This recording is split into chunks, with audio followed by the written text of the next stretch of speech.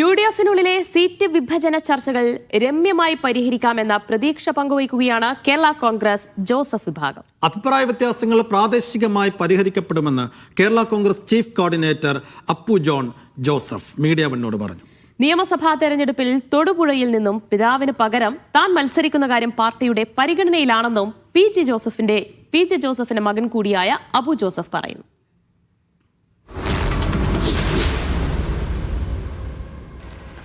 കേരള രാഷ്ട്രീയത്തിൽ കേരള കോൺഗ്രസ് എന്ന പേരിൽ വിവിധ മുന്നണികളിലായി നിരവധി പാർട്ടികളുണ്ട്. പക്ഷേ പേരിൻ്റെ അറ്റത്തൊരു ഇനീഷ്യലിൻ്റെ വാലില്ലാത്ത ഒരേ ഒരു കേരള കോൺഗ്രസേ ഉള്ളൂ. അത് UDFിലെ പി ജെ ജോസഫ് നയിക്കുന്ന കേരള കോൺഗ്രസ് പാർട്ടിയാണ്. കേരള കോൺഗ്രസിൻ്റെ സംസ്ഥാന ചീഫ് കോർഡിനേറ്റർ പി ജെ ജോസഫിൻ്റെ മകനുമായ അപ്പു ജോൺ ജോസഫാണ് നമുക്കൊപ്പം ചേരുന്നത്. അപ്പോൾ ചേട്ടാ, എവിടം വരെയായി തെരഞ്ഞെടുപ്പ് ഒരുക്കങ്ങളൊക്കെ?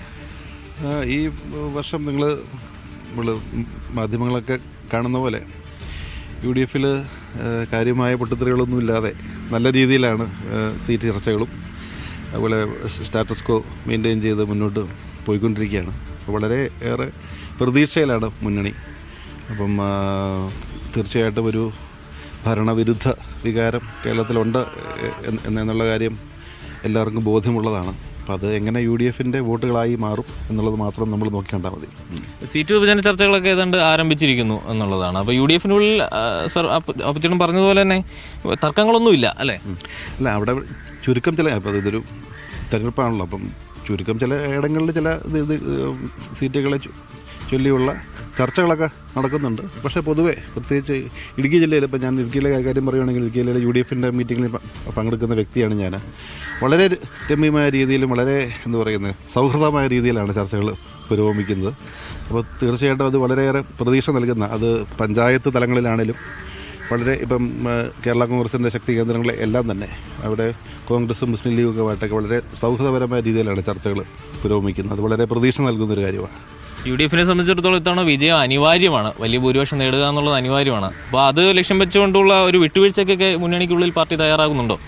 അത് UDFിനെ സംബന്ധിച്ചോളം മാത്രമല്ല, കേരളം എന്ന ഒരു സംസ്ഥാനത്തിൻ്റെ നിലനിൽപ്പിന് തന്നെ അനിവാര്യമാണ് ഒരു ഭരണമാറ്റം എന്നുള്ളത്. ഇനി ഈ ഇടതു മുന്നണി ഭരിച്ചു കഴിഞ്ഞാൽ ഇവിടെ നിൽക്കുന്ന ജനങ്ങളെല്ലാം ഇവിടുത്തെ ഇപ്പം യുവാക്കൾ പലായനം ചെയ്യുന്നത് പോലെ ജനങ്ങൾ വേറെ എവിടെയെങ്കിലും പോയി ഇപ്പം നമ്മുടെ നാട്ടിലേക്ക് അന്യസംസ്ഥാന തൊഴിലാളികൾ വരുന്നത് പോലെ നമ്മളും പലായനം ചെയ്യേണ്ട ഒരു സാഹചര്യത്തിലേക്കാണ് കേരളം പോയിക്കൊണ്ടിരിക്കുന്നത്. അപ്പോൾ അനിവാര്യത എന്ന് പറയുന്നത് UDFിന് മാത്രമല്ല, കേരള ജനതയുടെ ഒരു അനിവാര്യതയാണ് UDF ഇനി അധികാരത്തിൽ വരിക എന്നുള്ളത്. ആ ഒരു ഉത്തമ ബോധ്യം ഈ കേരളത്തിലെ ജനങ്ങൾക്കുമുണ്ട്. അത് ഈ വരുന്ന തെരഞ്ഞെടുപ്പുകളിലൊക്കെ അത് പ്രതിഫലിക്കും എന്ന് തന്നെയാണ് ഈ മുന്നണിയുടെയും കേരള കോൺഗ്രസ് പാർട്ടിയുടെയും ഒക്കെ പ്രതീക്ഷ. മുക്തമാക്കി സംസ്ഥാനത്തെ പ്രഖ്യാപിച്ചിട്ടുള്ളത്, ആ പ്രഖ്യാപനത്തെ എങ്ങനെ കാണുന്നു? അതായത് ഈ നാട്ടിലെ ജനങ്ങൾക്ക് ഇടയിലേക്ക് മുഖ്യമന്ത്രി ഇറങ്ങി ചെന്നിട്ടില്ല എന്നുള്ളതാണ് അതിനർത്ഥം. ഈ നാട്ടിലെ യാഥാർത്ഥ്യം മുഖ്യമന്ത്രിക്ക് അറിയത്തില്ല. അതിദാരിദ്ര്യ ഉള്ള ഒരു സംസ്ഥാനം, എന്താ പറയുക, ദരിദ്രം ഇല്ലാത്ത സംസ്ഥാനമാണ് കേരളം എന്ന് മുഖ്യമന്ത്രി പറഞ്ഞാൽ അത് മുഖ്യമന്ത്രിയുടെ അറിവില്ലായ്മയാണ്. നമുക്ക് ചുറ്റും നമ്മൾ കാണുന്നതല്ലേ, എത്ര ആളുകളാണ് ഇപ്പോഴും ഷീറ്റ് മേഞ്ഞ വീടുകളിൽ കിടക്കുന്നു, ചോരുന്ന വീടുകളിൽ പടുത കെട്ടി താമസിക്കുന്നു, കിടപ്പ് രോഗികളായ പ്രായം ചെന്ന ആളുകളുടെ കൂടെ നിൽക്കുവാൻ വേണ്ടി ആളില്ലാത്തതുകൊണ്ട് ആ വീട്ടിലെ ഒന്നുകിൽ അവരുടെ ഭർത്താവ് അല്ലെങ്കിൽ ഭാര്യ കൂട്ടു നിൽക്കുന്നു, അതുകൊണ്ട് ജോലി ചെയ്യാൻ സാധിക്കുന്നില്ല. ആദ്യമേ ദരിദ്രർ എന്താണെന്നുള്ളതിൻ്റെ ഡെഫിനിഷൻ ആദ്യം മുഖ്യമന്ത്രി വായിച്ചു നോക്കണം.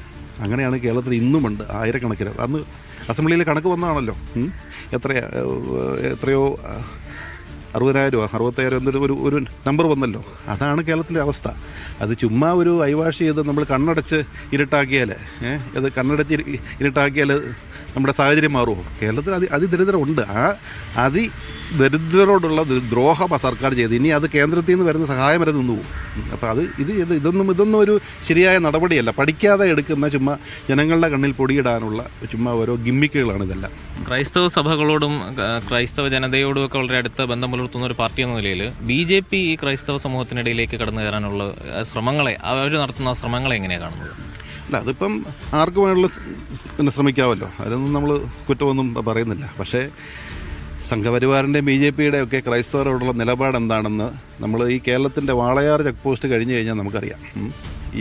ഇന്ത്യയിൽ എവിടെയും ക്രൈസ്തവർക്ക് ജീവിക്കാൻ ഒരു പള്ളിയിലച്ഛന് അല്ലെങ്കിൽ ഒരു കന്യാസ്ത്രീക്ക് അവരുടെ തിരുവസ്ത്രമണിഞ്ഞ് പുറത്തിറങ്ങാൻ പറ്റാത്ത അവസ്ഥയാണ് ഇന്ത്യയിലെ മറ്റ് ഇതര സംസ്ഥാനങ്ങളിൽ. പേടിയാണ്.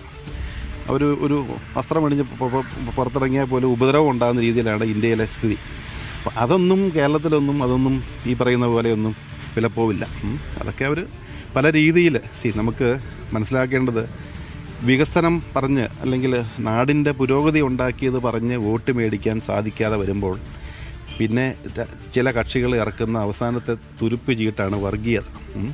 ഇവിടെ ജാതിയുടെ മതത്തിൻ്റെയൊക്കെ പേരിൽ ഇവിടെയുള്ള വിശ്വാസ സമൂഹത്തെ ഭിന്നിപ്പിച്ചാൽ കോൺഗ്രസ് മുക്ത ഭാരതം എന്ന BJPയുടെ ആഗ്രഹവും കോൺഗ്രസ് മുക്ത കേരളം എന്ന CPMൻ്റെ ആഗ്രഹവും സഫലീകരിക്കും എന്നുള്ളത് തിരിച്ചറിവിലാണ് ഈ BJP നടത്തുന്ന ഈ വർഗീയവൽക്കരണത്തെ CPM ഒരു ചൂട്ട് കത്തിച്ചു കൊടുത്ത് കൂടെ നിന്ന് സപ്പോർട്ട്. ഒരേ നാണയത്തിൻ്റെ ഇരുവശങ്ങളാണ് ഈ രണ്ട് കക്ഷികളും. കേരള കോൺഗ്രസുകളുടെ ഐക്യത്തെക്കുറിച്ച് എന്താണ് അപ്പച്ചൻ്റെ അഭിപ്രായം? തറയിൽ പിതാവ് പറഞ്ഞാൽ ഞങ്ങൾ അന്ന് തന്നെ സ്വാഗതം ചെയ്തിരുന്നു. കാരണം കേരള കോൺഗ്രസിനോട് താല്പര്യവും കേരളത്തിന് സ്നേഹവുമുള്ള എല്ലാവരുടെ മനസ്സിലുള്ള ഒരു ആഗ്രഹമാണ് ഈ പാർട്ടികളുടെ ഐക്യമെന്ന് പറയുന്നത്. ലയനമെന്ന് പറയുന്നത് നമുക്ക് അതിൻ്റെ ഒരു പ്രായോഗികതയുണ്ട്.